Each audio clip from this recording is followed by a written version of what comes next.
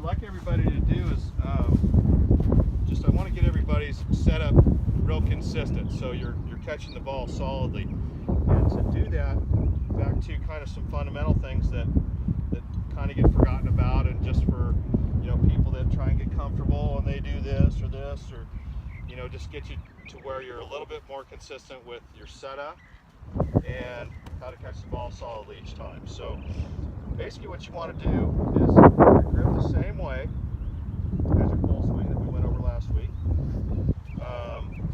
For a medium shot,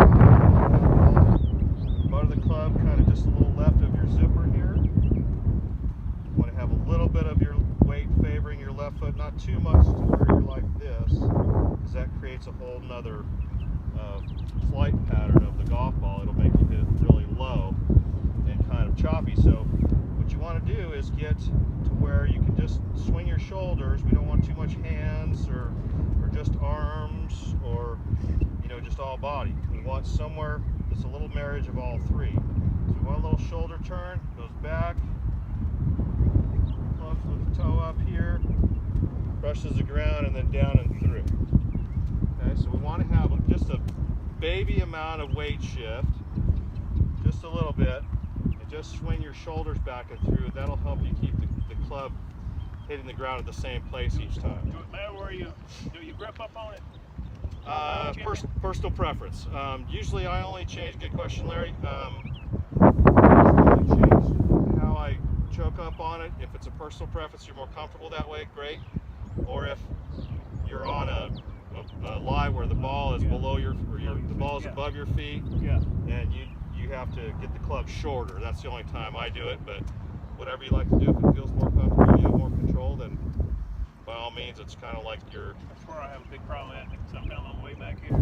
Sure. And I'm not getting to the ball out. We're going to kind of revisit some fundamentals on your setup, gripping the club properly, why you open the face, why you don't open the face, where to have the ball in your stance, and a few other items. So I'm going to set you up a station, and we'll come along and just talk you through everything. I'd like to start out with bunker shots. I generally use 3 clubs around the green.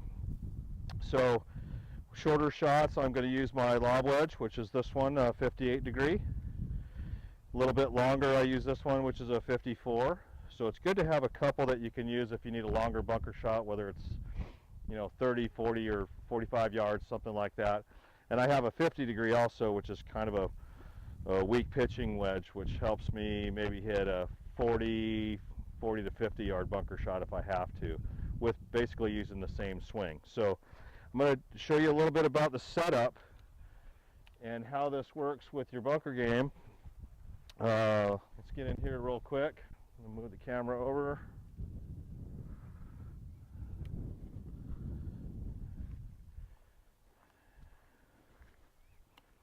Oops. So with the bunker shot, it's played a little bit differently because the club is designed differently.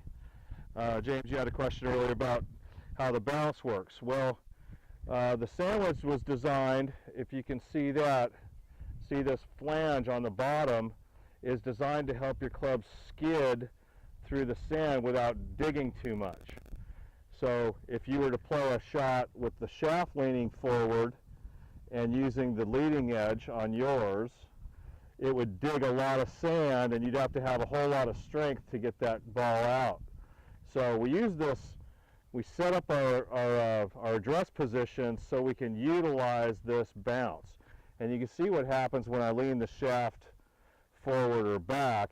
It'll expose some of that bounce, and opening the face will do the same thing, which is what we've learned throughout a lot of years. If you've heard teaching pros or watched golf shows, that when you open the face, it automatically exposes that bounce too without having to move your shaft back and forth. Does everybody follow me on that? Yeah.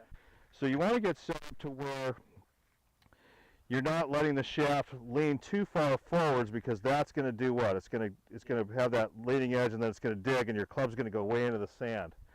Because it's actually the sand that lifts the ball out.